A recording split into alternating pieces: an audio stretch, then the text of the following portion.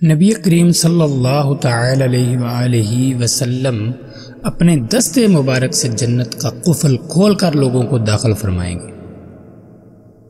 اس مرحلے پر پہنچ کر نبی کریم صلی اللہ تعالی علیہ وآلہ وسلم اپنی امت کی تفتیش حال کریں گے۔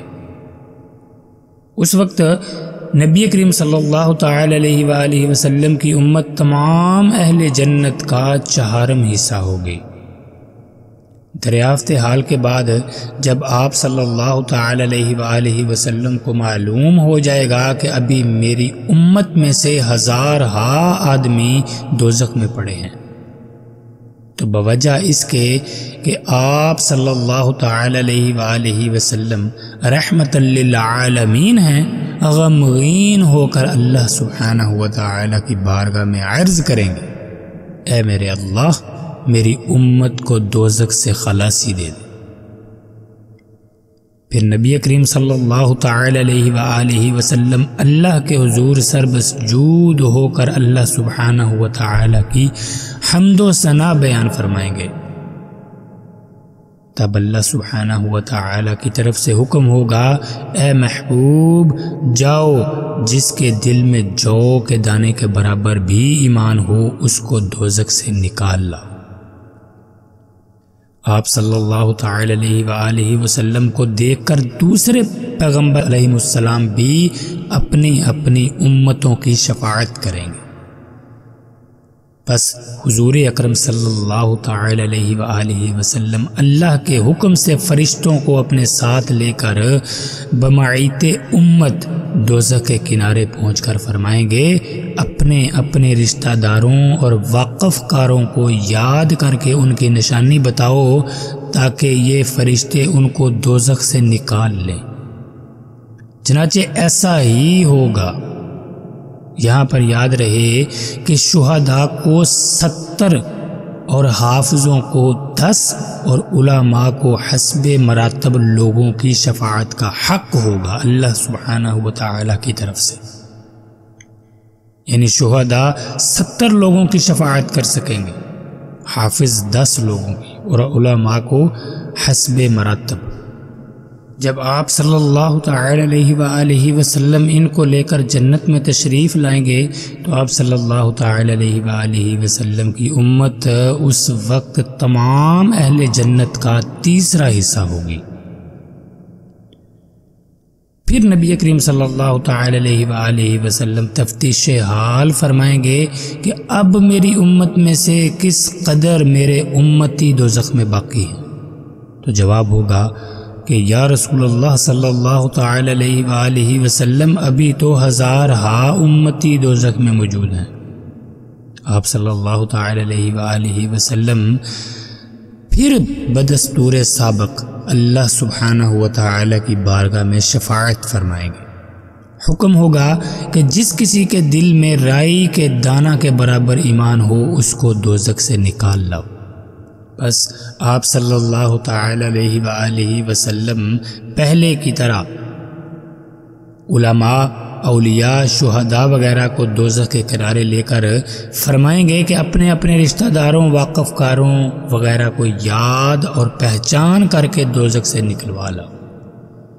اس وقت بھی ہزارہا امتی دوزخ سے رہا ہو کر جنت میں داخل ہو جائیں گے۔ اب آپ صلی اللہ تعالی علیہ وآلہ وسلم کی امت تمام اہل جنت کا نصف حصہ ہوگی۔ اس شفاعت کے بعد آپ پھر دریافت فرما کر پہلے کی طرح اللہ سبحانہ وتعالی کی بارگاہ میں پھر شفاعت کریں گے، اور اللہ سبحانہ وتعالی کی طرف سے حکم ہوگا کہ اے محبوب جس کے دل میں آدھے ذرے کے برابر بھی ایمان ہو اس کو دوزخ سے نکال لو۔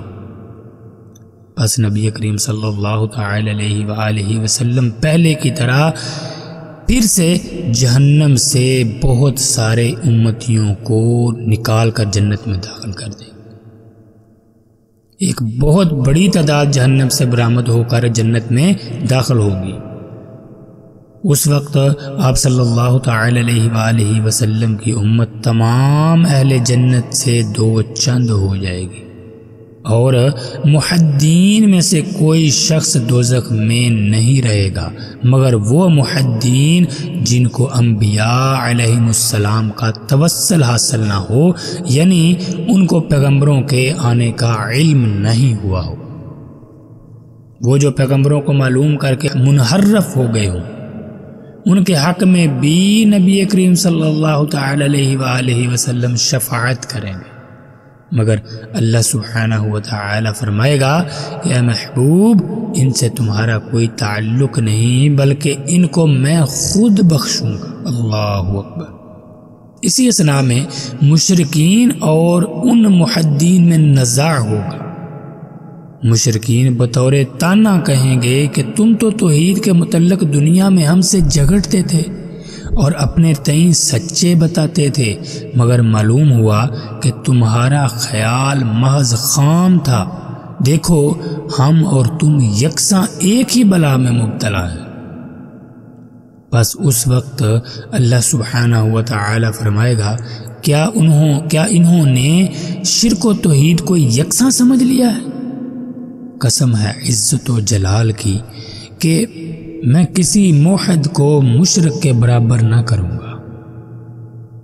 بس ان تمام محدین کو اس روز کے آخر میں جس کی مقدار 50,000 سال کی ہے دوزخ سے اپنے دست قدرت سے نجات دے گا اللہ سبحانہ و تعالی۔ اس وقت ان لوگوں کے جسم کوئلہ کی طرح سیاہ ہوں گے، لہٰذا آب حیات کی نہر میں جو جنت کے دروازوں کے سامنے سے غوطہ لگا دیں گے، جس سے ان کے بدن صحیح و سالم ہو کر تر و تازہ ہو جائیں گے، اور ایک مدت کے بعد جنت میں داخل ہوں گے مگر ان کی گردنوں پر ایک سیاہ داغ رہے گا، اور اہل جنت میں ان کا لقب جہنمی ہوگا۔ پس وہ ایک مدت کے بعد اللہ سبحانہ و تعالی کی بارگاہ میں عرض کریں گے کہ اے اللہ، جب تو نے دوزخ سے ہم کو نجات دے دی تو اس نشان و لقب کو بھی اپنے فضل و کرم سے ہم سے دور کر دے۔ پس اللہ سبحانہ و تعالی کی مہربانی سے وہ نشان اور لقب بھی ان سے دور ہو جائے گا۔ سب سے آخری شخص جو دوزخ سے برآمد ہو کر جنت میں داخل کر دیا جائے گا، ایک ایسا شخص ہوگا کہ اس کو دوزخ سے نکال کر کنارہ پر بٹھا دیا جائے گا۔ تھوڑی دیر کے بعد جب اس کو ہوش آئے گا تو کہے گا میرے منہ کو اس طرف سے پھیر دو۔ پس اس سے عہد لیا جائے گا کہ اس کے سوا اور کچھ تو نہ مانگے گا۔ جب وہ پختہ عہد کر لے گا تو اس کا منہ پھیر دیا جائے گا۔ جب وہ جنت کی جانب نظر کرے گا تو اس کو نہایت تر و تازہ درخت دکھائی دیں گے، جنت کے نظارے دکھائی دیں گے۔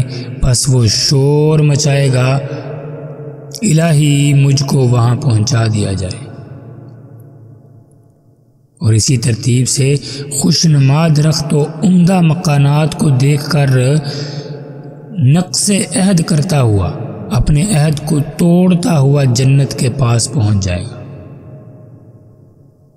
اور جب وہ جنت کی تر و تازگی اور رونق دیکھے گا تو تمام عہد جو سابقہ اس نے کیے ہوں گے توڑ کر نہایت گڑ گڑا کر جنت میں داخل ہونے کا خواستگار ہوگا۔